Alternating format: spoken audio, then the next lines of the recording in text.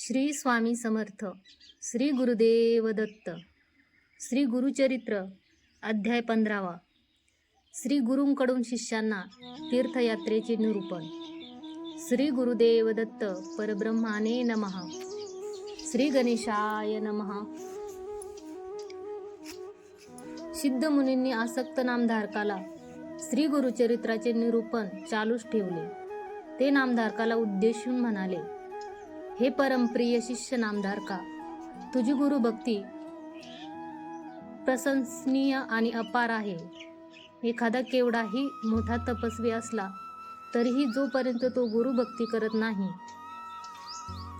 तोपर्यंत तो परमात्म ज्ञानापासून वंचित राहतो. गुरुप्रती भक्ती वृद्धिंगत करण्याची संधी प्राप्त झाल्यामुळे तू भाग्यवान आहेस. अशा गुरुभक्तीचा योग कुणालाही सहजासहजी लाभत नाही. श्री गुरुचरित्र श्रवण करण्याच्या हेतूने केलेल्या तुझ्या उत्कृष्ट प्रश्नांमुळे मी आनंदित झालो आहे. श्री गुरु वैजनाथमध्ये गुप्तपणे का राहत होते असे विचारलेस. माझे उत्तर ऐकून तू निश्चितच ज्ञान संपन्न होशील. विश्वव्यापक श्री गुरु वैजनाथ क्षेत्री असताना त्यांचा महिमा सर्वत्र पसरला. त्या कारणास्तव अनेकानेक भक्त श्री गुरूंना स्वार्थासाठी भजायला लागले.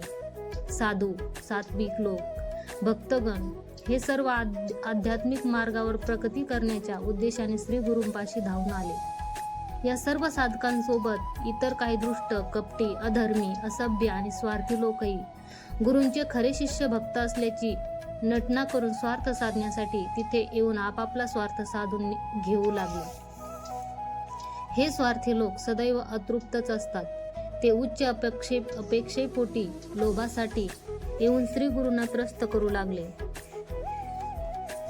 श्री गुरुजी सर्व समर्थ असले तरी दर्शनार्थ येणाऱ्या लोकांच्या योग्यतेची परिगणना करूनच त्यांना अनुग्रह देत असत. भक्तांची भावना भक्ती पाहून त्यानुसारच श्री गुरु त्यांना अनुग्रह द्यायचे. भाविक विश्वासू लोकांकडे ज्ञान तसे सर्व काही असायचे. वेगवेगळ्या निमित्ताने अधिकाधिक अपेक्षेने, अत्याधिक लोभाने, आकांक्षेने केवळ भौतिक लाभ मिळवण्याच्या हेतूने त्यांच्याजवळ येणाऱ्या निरनिराळ्या लोकांमधील भिन्न प्रवृत्ती श्री गुरूंनी लक्षात घेतली. हे सर्व अलौकिक विषयाचा लाभ घ्यायचा सोडून केवळ लौकिक मतितार्थ साधण्यासाठी श्री गुरुदर्शनाचा दुरुपयोग करू लागले. त्यामुळे त्यांच्यापासून दुरावण्यासाठी आणि स्वार्थी, लोभी आणि ढोंगी लोकांच्या त्रासांतून मुक्त होण्यासाठी काही काळ वैजनाथ क्षेत्री गुप्तपणे राहावे अशी त्यांची इच्छा होती. या संदर्भात मी तुला एक उत्तम दृष्टांत देतो. पूर्वी श्री महाविष्णूने दुष्ट, लोभी क्षत्रिय राजांच्या संहाराकरिता परशुरामाचा अवतार धारण केला. त्याने सर्व क्षत्रिय कुळाचा समूळ नाश करून त्यांची भूमी वश केली व ब्राह्मणांना दान स्वरूपात भेट दिली. पण धनलोभी ब्राह्मणांचा द्रव्यदाह शमन झाला नाही. ब्राह्मणांचा उपद्रव चुकवून घेण्यासाठी परशुराम पश्चिम तीरी वास्तव्य करून राहिले. पण अतृप्त ब्राह्मणांनी त्यांचा पाठलाग सोडला नाही. शतप्रयत्नांती शोधून समस्त भूमी आपणास दान द्यावी अशी मागणी केली. त्या ब्राह्मणाची पीडा चुकवण्यासाठी परशुरामाला सागरामध्ये असलेल्या जलभागात बहुकाल गुप्त राहावे लागले. ह्या प्रकारे श्री गुरूंनी देखील नाना प्रकारचे लोक नाना प्रकारच्या अभिलाषा घेऊन नाना वेशात येतात. हे पाहून त्यांच्यापासून वाचण्यासाठी श्री गुरूंनी ठरविले की काही काळ वैजनाथ क्षेत्री गुप्तवास करावा. वैजनाथ क्षेत्री काही काळ एकांतवासात राहिल्यानंतर श्री गुरूंना पवित्र श्री शैल क्षेत्राला भेट देण्याची इच्छा झाली. तोपर्यंत शिष्यगणांना तीर्थयात्रेला पाठवून देण्याच्या उद्देशाने श्री गुरूंनी त्यांना जवळ बोलावून सांगितले, प्रिय शिष्य हो, तुम्ही सर्वजण आज तीर्थयात्रेसाठी निघावे. ब्रह्मांडातील सर्व प्रसिद्ध तीर्थक्षेत्रांना भेट देऊन तेथे शास्त्रोक्त पद्धतीने तीर्थाचरण करावे. बहुधान्य संवत्सरात आम्ही श्री शैल क्षेत्री यात्रेच्या निमित्ताने येणार आहोत. त्यावेळी आपण सर्वांनी तिथे यावे आणि त्या ठिकाणी राहावे. त्यांची अनुज्ञा ऐकून शिष्यगण खूप अस्वस्थ व निराश झाले. कारण किंचित समयाकरिताही ते श्री गुरूंच्या पवित्र सहवासापासून लांब राहण्यास इच्छुक नव्हते. तेव्हा समस्त शिष्यांनी श्री गुरुचरण धरून मनधरणी केली. अहो ब्रह्मांड नायका, अज्ञान नामक घोर अंधकार नाश करावयास समर्थ असलेल्या हे सद्गुरुनाथा, श्री गुरुचरणच सर्व तीर्थांचे आगार आहे असे वेदशास्त्र उद्घोषित करते. तुमच्या विना आम्हाला अन्य श्रेष्ठ दैवत नाही. ज्यांना सहवासाचे भाग्य मिळाले नाही तशा अभाग्यांनीच तीर्थक्षेत्र संदर्शन करून शुद्ध व्हावे, पण आम्ही मात्र समस्त पवित्र तीर्थाच्या संगमासारखे व कल्पवृक्षा समान असलेल्या श्री गुरुचरण कमलाचा त्याग करून कोठेही दूर जाऊ इच्छित नाही. श्री गुरुचरण सर्व साधनेला, यशाला व सकल समृद्धीचे मूल आहे. कल्पवृक्षा समान असलेले गुरुचरण सोडून आम्ही कोणती यात्रा करावी बरे? जगात स्वभक्तांच्या उद्धारार्थच आपण दत्त अवतार धारण केला. आमच्यावर दया करा व आम्हाला कोठेही पाठवू नका. कृपा करून आम्हाला उपेक्षू नका. साऱ्यांनी दुःख भरीत होऊन मागणी केली. श्री गुरूंनी त्यांना समजावून सांगितले, प्रिय शिष्य हो, हे पहा, तुम्हा सर्वांना सैन्यास दीक्षा मिळाली आहे. संन्याशांनी सतत 5 दिवस एका ठिकाणी वस्ती करू नये असा नियमच आहे. मन स्थिर होईपर्यंत एखाद्याने तीर्थयात्रा करावी. ज्याने मन जिंकले तोच परमात्म्याच्या निकट पोहोचतो. शिष्याने गुरुवाक्य अत्यंत श्रद्धेने पाळावे, त्यातच त्याचे कल्याण असते. तोच त्याचा परमार्थ धर्मही असतो, परमधर्मही असतो. आम्ही तुम्हा सर्वांच्या कल्याणासाठी तीर्थयात्रा करण्याविषयी सांगत आहोत. गुरु हा स्वतःच्या आयुष्यात उत्तम पद मिळण्यासाठी पात्र व्हाल. गुरु हा चैतन्यमयी धर्माचा मूर्तिमंत स्वरूप आहे. शिष्य वर्गाने श्री गुरूंच्या इच्छेनुसार मनानुसारच वर्तन करावे. त्यानंतर तुम्ही स्वतःच्या आयुष्यात उत्तम पद मिळण्यासाठी पात्र व्हाल.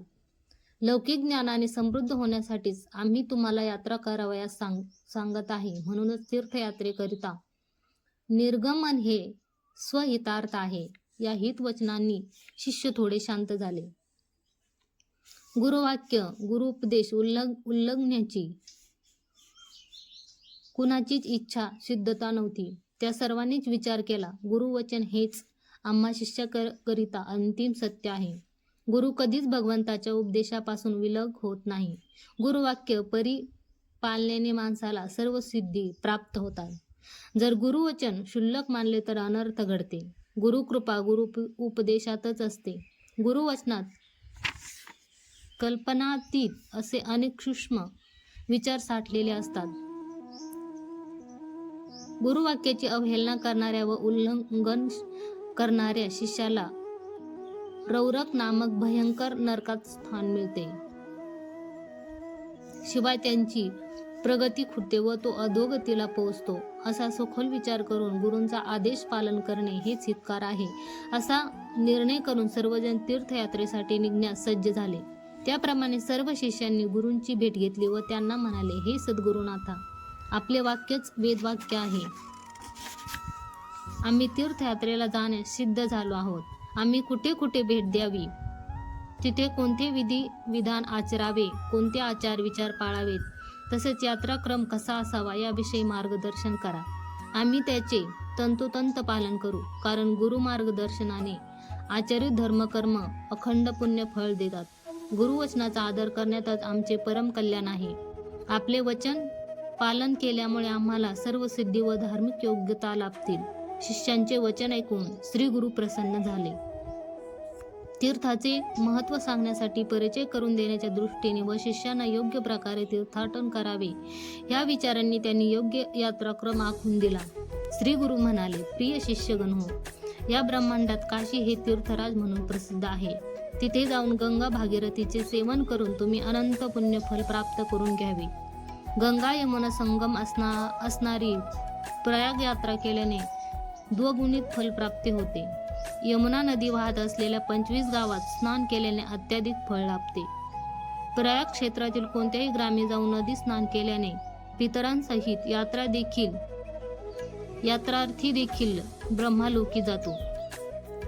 प्रसिद्ध असणाऱ्या वरुणा, कुशावती, कृष्णावेणी, शरावती, विपाशका, वितस्ता, मरुदुद्धा, मरुद्रुद्धा, असिंती, मधुमती, पयस्विनी, भृतवती, देवनदी येथे वाहत आहेत. त्या सर्व 15 गावातून तुमची यात्रा घडली पाहिजे. चंद्रभागा, रेवती, शरयू, गोमती, वेदिका, कौशिकी, नित्यजला, मंदाकिनी, महानदी,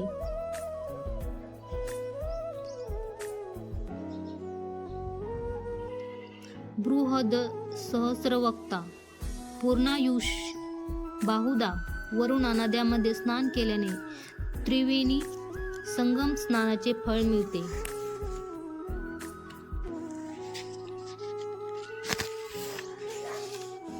व प्रचंड धार्मिक पुण्य फळ लाभते. तसेच पुष्कर तीर्थ,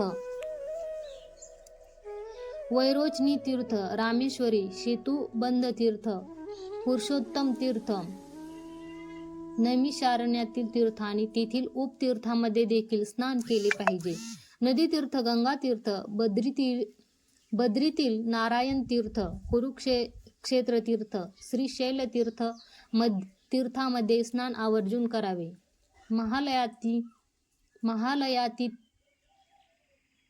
महालयातीर्थात स्नान करून पितरांना दर्पण दिले तर आपल्या पितरांचे 42 कुळ उद्धार होतात व ते निश्चितच स्वर्ग गाठतात.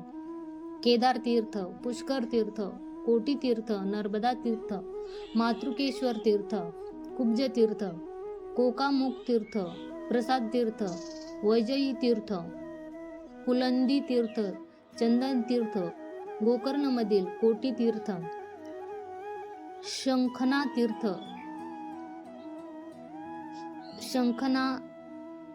शंखनार्दी तीर्थामध्ये स्नान केल्याने पुष्कळ शुभ फळ मिळते. अयोध्या, मथुरा, कांची, द्वारावती, गया, शालिग्राम तीर्थ व शंभल तीर्थ हे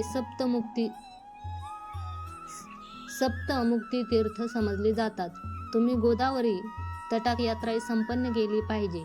मंजिरा संगमावरील भीमेश्वर तीर्थ व गोदावरी समुद्र संगमावरील कुशतर्पण तीर्थाच्या ठिकाणी स्नान करून तर्पण दिले पाहिजे. पूर्णा नदीच्या तीरावरील 4ही ग्रामांमध्ये, कृष्णावेणी तीरावरील 15 ग्रामांची यात्रा पूर्ण केली पाहिजे. तुंगभद्रा तटाक, पंपा सरोवर यात्रा, भांजरती तटाक यात्राही पूर्ण कराव्यात. पंढरपूर, मातृलिंग, गाणगापूर ही तीर्थे तर अत्यंत पुण्यकारक आहेत. गाणगापूर हे क्षेत्र भीमा अमरजा संगमावर वसलेले आहे. अनुपम असे हे गांधर्व भुवन गाणगापूर नावाने ह्या भूलोकी प्रसिद्ध झाले आहे. अनादी कालापासून अधिक संख्येने साधू संत सिद्ध पुरुष तिथे जाऊन जपानुष्ठान आचरतात. गाणगापूर हे भक्तांचे सर्व कामना पूर्ण करणारे अपूर्व क्षेत्र आहे. गाणगापूरच्या अष्टतीर्थामध्ये भीमा तीरावरील कांकिनी संगम क्षेत्र, तुंगभद्रा, वर्धा नद्यामध्ये मलप्रभा संगमात देखील स्नान करून तपसिद्धी करावी, ज्यामुळे जन्मजन्मांतरीची पापराशी धुवून जातात. म्हणून तुम्ही तेथे अवश्य स्नान करावे. भीमा अमरजा संगमावर कोटी तीर्थ आहे. तिथेच भूलोकीचे कल्पवृक्ष म्हणून जाणलेले अश्वत्थ वृक्ष आहे.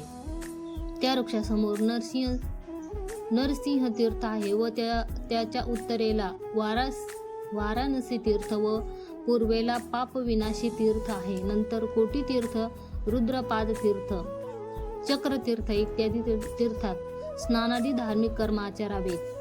हे चक्रतीर्थ प्रत्यक्ष द्वारावती असे मानावे. तिथे वास करणाऱ्या केशव नायकाचे दर्शन घ्यावे. तिथून थोड्या अंतरावर मन्मथ तीर्थ आणि त्यासमोर कल्लेश्वराच्या देवालय अवश्य जावे.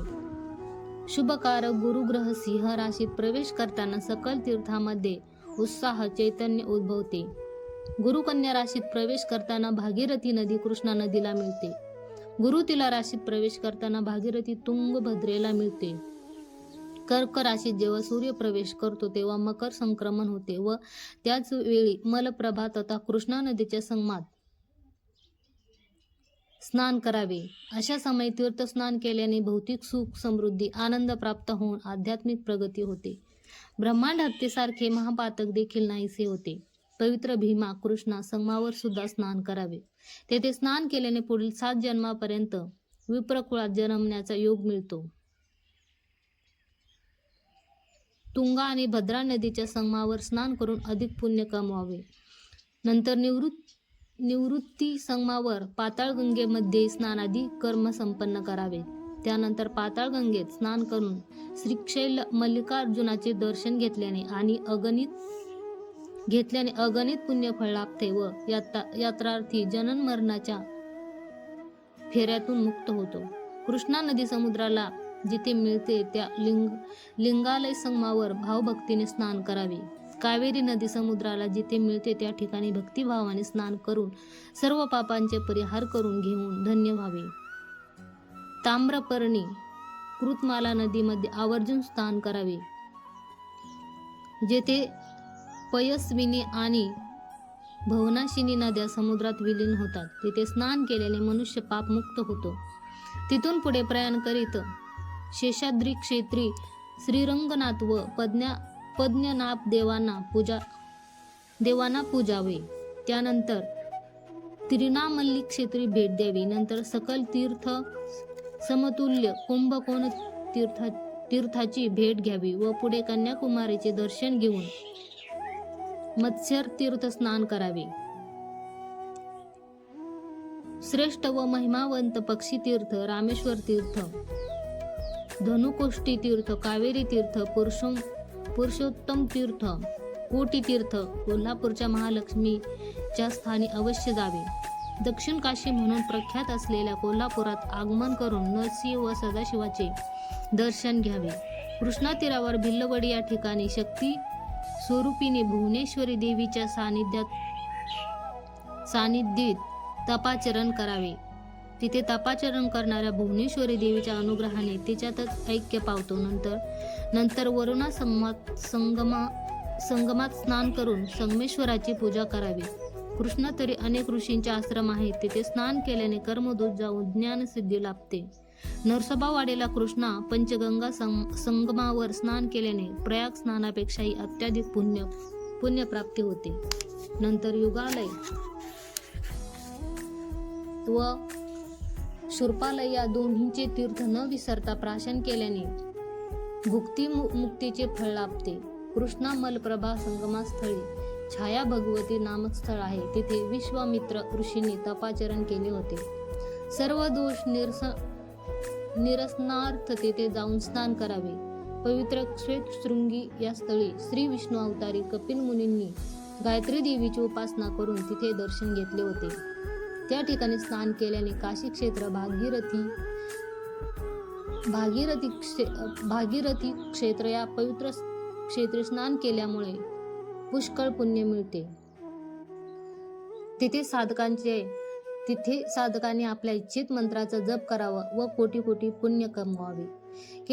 केदारेश्वर क्षेत्री जाऊन केदारेश्वराचे दर्शन घेऊन कृतार्थ व्हावे. श्री दत्तगुरूंचे प्रत्यक्ष वास्तव्य असलेल्या पिठापुराच्या यात्रेने सर्व क्षेत्राचे फळ मिळते. तुम्ही संदर्शन करण्याचे अजून एक पुण्यक्षेत्र म्हणजे मणिगिरी. मणिगिरी हे सप्तर्षींनी दीर्घकाळ तपाचरण केलेले स्थान आहे. वृषभाद्री व कल्याण येथील असंख्य क्षेत्राची यात्रा करावी. या क्षेत्राची यात्रा केल्याने संसाराचा व्यामोह शमन होऊन यात्रेकरू जनन मरणाच्या चक्रातून सुटतो. श्रीगिरी क्षेत्राची पदयात्रा करून तिथे भेट दिल्याने यात्रेकरू पुनर्जन्मातून मुक्त होतो. प्रिय शिष्यांनो, अशा प्रकारे तुम्ही समस्त क्षेत्राची यात्रा विधियुक्त करावी. तीर्थ नदीच्या रजोदर्शनाचा काळ असतो त्यावेळी नदीमध्ये स्नान करू नये. तसे केल्याने दोष लागतात. सूर्य कर्क राशीत प्रवेश केल्या दिवसापासून 2 मासपर्यंत यात्रेकरूने नदीत स्नान करू नये. पण नदी तीरावर वास करणाऱ्याला नदी स्नानाचा दोष लागत नाही. जर 2 महिने स्नान न करता राहणे अवघड जात असेल तर शक्यतो त्या महिन्यात किमान 3 दिवस तरी स्नान करू नये. नदीच्या ऋतुस्रावाच्या अवधीत भागीरथी, गोदावरी, चंद्रभागा, सिंधू, नर्मदा आणि शरयू या महानदीत कदापि स्नान करू नये. तसेच ग्रीष्म ऋतूत सर्व नद्यांना ऋतुस्रावाचा दोष 10 दिवसापर्यंत असतो.